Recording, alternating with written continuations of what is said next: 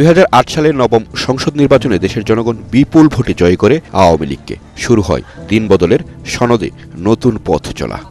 আমি আইন অনুযায়ী সরকারের প্রধানমন্ত্রী পদের কর্তব্য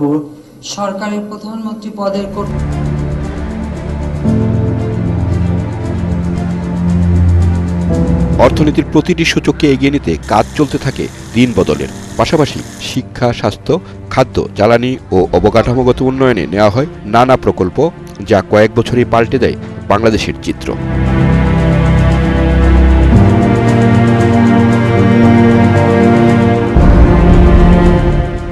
দক্ষিণ পশ্চিমাঞ্চলের সাথে দেশের অপর অংশের যোগাযোগ স্থাপনে নেওয়া হয় পদ্মা সেতু প্রকল্প, যা তখন পর্যন্ত ছিল সবচেয়ে বড় প্রকল্প।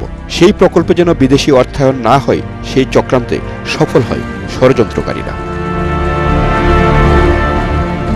সব ষড়যন্ত্র পেছনে ফেলে বঙ্গবন্ধু কন্যার দৃঢ়তায় দেশের টাকায় নির্মাণ করা হয় পদ্মা সেতু।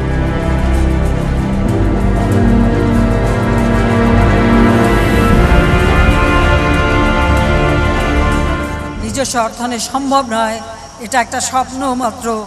এই সেতু কাজ বন্ধ করতে যারা নানাভাবে ষড়যন্ত্র করেছে বা বাধা দিয়েছে, তাদের শুভবুদ্ধির উদয় হবে, তাদের হৃদয়ে দেশপ্রেম জাগ্রত হবে, দেশের মানুষের প্রতি তারা আরও দায়িত্ববান হবে। আসে যোগাযোগ ও অর্থনৈতিক খাতে বৈপ্লবিক পরিবর্তন। 6 কিলোমিটার পদ্মা সেতু বিশ্বের কাছে মাথা নত না করার প্রতীক। এ সেতু আমাদের অহংকার, এ সেতু আমাদের গর্ব, এ সেতু আমাদের সক্ষমতা, আমাদের মর্যাদার শক্তি। এই সেতু বাংলাদেশের জনগণের।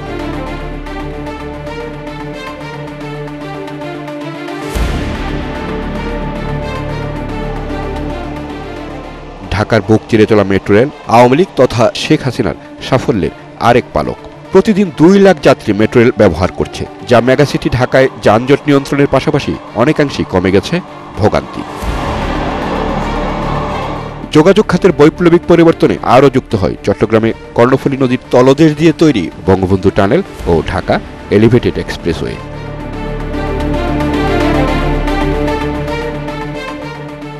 পারমাণবিক বিদ্যুৎ কেন্দ্র বাংলাদেশের স্বপ্ন ছোঁয়ার প্রচেষ্টার আরেক নাম। প্রত্যন্ত গ্রাম বা শহরের প্রত্যেকটি ঘরে বিদ্যুৎ পৌঁছে দেওয়ার সফলতার কৃতিত্ব আওয়ামী লীগের। আগে পড়তাম পারতাম না, কারণ ছিল না, লাইট জ্বলে ফ্যান চলে আরামে পড়তে পারি। আগে কারেন্ট আসিল না, গতিকে মোবাইল ব্যবহার করতে পারতাম না, করতে পারতাম না। এখন তো কারেন্ট আছে, ঘরের ভিতরে মোবাইল ব্যবহার করতে পারি, আপনার ফ্যান চালাইতে পারি। রূপপুর বিদ্যুৎ কেন্দ্র উৎপাদনে যাওয়া শুরু করলে জ্বালানি খাতেও ঘটবে আমূল পরিবর্তন।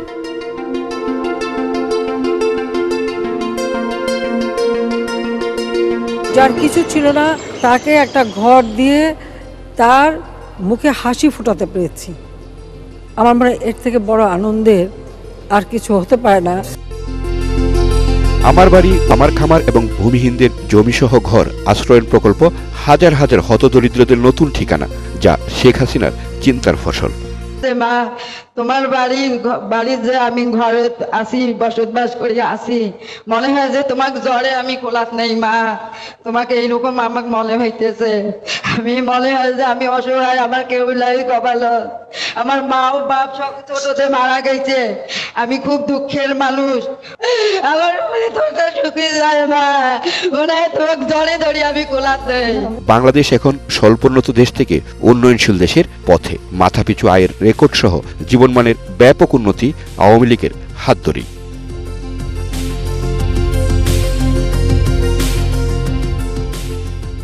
খরা মঙ্গার দুর্নাম পেছনে ফেলে বাংলাদেশ খাদ্য উৎপাদনে স্বয়ংসম্পূর্ণতা সহ কৃষির সব খাতেই রেকর্ড। চাল উৎপাদনে বিশ্বে তৃতীয় বাংলাদেশ। প্রাণী সম্পদ আর মাছ উৎপাদনেও শুরুর দিকে বাংলাদেশ।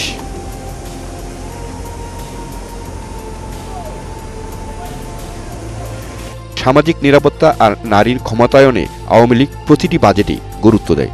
সরকারের পক্ষ থেকে দেওয়া হচ্ছে বিধবা, প্রতিবন্ধী, মাতৃত্বকালীন ভাতা। বয়স্ক ভাতা পাই, এই ভাতাটার দ্বারা আমার ওষুধপত্র খরচটা আমি করতে পারি। আমার স্বামী মারা গেছে আজ 15 বছর, আমি ভাতার টাকা পাই আজ 13 বছর। তো এই অবহেলিত অনুযায়ী সরকার যে আমাদেরকে একটা ভাতা দিয়েছে। এই ভাতা দেওয়াতে সরকার আমি খুব ধন্যবাদ জানাই। দেশের বীর সন্তান মুক্তিযোদ্ধাদের দেওয়া হচ্ছে সম্মানী ভাতা।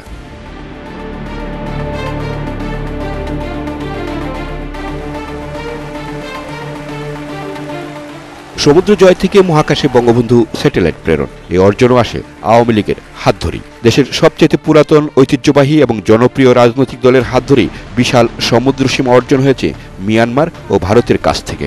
শত বছরের ছিটমহল সমস্যার সমাধানও করেছে আওয়ামী লীগ। ডিজিটাল বাংলাদেশ আর কল্পনা নয়, শহর থেকে প্রত্যন্ত গ্রামেও লেগেছে ডিজিটাল বাংলাদেশের ছোঁয়া। এই তারুণ্য নির্ভর ভিশন পরিকল্পনা ও বাস্তবায়নে কাজ করছেন প্রধানমন্ত্রীর তথ্য ও যোগাযোগ প্রযুক্তি উপদেষ্টা সজীব ওয়াজেদ জয়। আওয়ামী লীগ সরকারের প্রথম প্রায়োরিটি হচ্ছে যে বাংলাদেশের জন্য ভালো কি আমরা সেটা করব। সেটা যে অন্য দেশ কি চায় না চায়, বাংলাদেশের প্রায়োরিটি আমরা আগে দেখব।